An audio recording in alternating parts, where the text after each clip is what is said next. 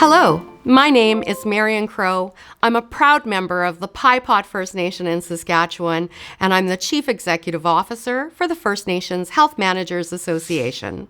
Hello, my name is Andy Aluk. I'm from the Big Stone Cree Nation, and I am a certified First Nations Health Manager.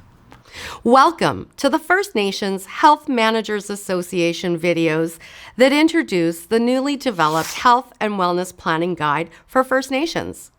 This video was created to offer clear explanations of how to use the Health and Wellness Planning Guide. It was filmed in short modules to allow you to watch a segment, or 2 or 3, or even more at a time, or to use in a team training or in meetings. This Health and Wellness Planning Guide was written for those in First Nations health and includes the voices and the wisdom of hundreds of First Nation health managers shared with us over the past few years. Let me share the dedication from the Health and Wellness Planning Guide. This guide for health and wellness planning is dedicated to each of the hardworking and committed First Nations health managers for whom this guide was developed. Through our work in supporting you, we have seen your dedication, we've heard your stories of strength and challenges, and felt your commitment to help your communities. It is clear that it is love and a desire for change that guides you in your life's work. You may just be one person, but you are part of a network of change makers, and you are making a difference. Our wish is that the Health and Wellness Planning Guide is easy to use and helpful as you move forward with your health and wellness planning. So let's get started and explore the Health and Wellness Planning Guide together. We don't need to persuade anyone why health and wellness planning is important. If you're watching this video, you understand how vital robust planning is to your organization and community.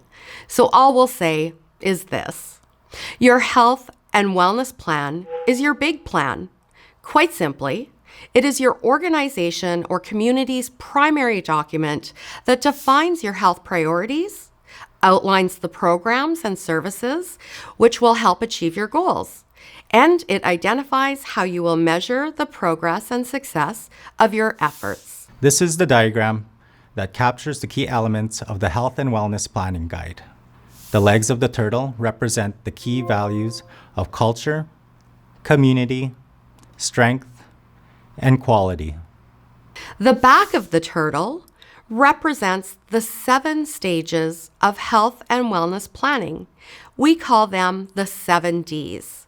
The purpose of using the 7 Ds approach is to provide the structure that supports communities but doesn't prescribe exactly what to do or how to do it. Briefly, the 7 Ds cover the following. The first D, discuss the process. This stage looks at the readiness elements of health planning, including preparing your leadership, creating a health planning group, and plenty of communication. Second is design the work plan. This stage helps you lay out your process to create your health and wellness plan. Essentially, your plan to create a plan. 3, discover the current situation. This stage guides you through an assessment of your community, what your community has, for example, its assets, and what it needs related to health and wellness. Our 4th is define the priorities. This stage builds on your community assessment and helps you identify priorities based on criteria. And the 5th is develop the draft. This stage is where you create your draft health and wellness plan for the next 5 to 10 years.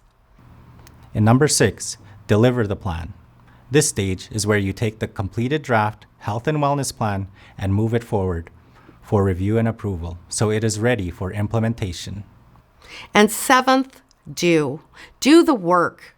This stage is where you create the annual plan that will bring your strategic plan to life. You can see how the turtle represents the key elements of the Health and Wellness Planning Guide. In this module, we'll discuss each of the values and the 7 stages that will be covered in the next modules.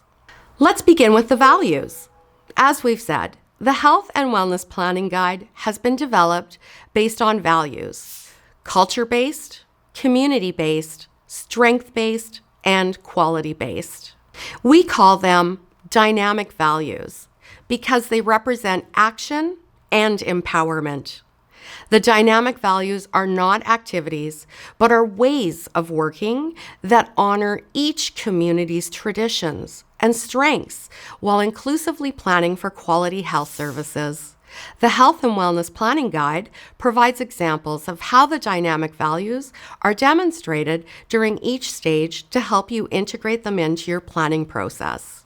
The values are, first, culture-based. Culture can be the underlying foundation for your community health and wellness. This could represent values, knowledge, language, traditions, relationships, purpose, meaning and practices, and so much more. Each community will represent culture in a way that is meaningful for them. Now, some questions to consider. 1. How does culture play a role in the health and wellness of our community? 2. How would we include culture in our health and wellness planning process? The second value is community-based, but also community-paced and community-led. Health and wellness planning is most effective when guided by your community needs and priorities. That means that the planning process needs to include all who might be affected by health services. Because your community's wellness relies on more than health services, other services that contribute to supporting a healthy community would be included in the health and wellness planning process. Understand and follow your community protocols related to engagement and planning. Some further questions to consider. 1. How would we include different community groups and the spectrum of services in our health and wellness planning process? 2. How can we ensure we move forward at a good pace that is respectful of our community? The third value is strength-based. Each community brings a range of strengths to the planning table.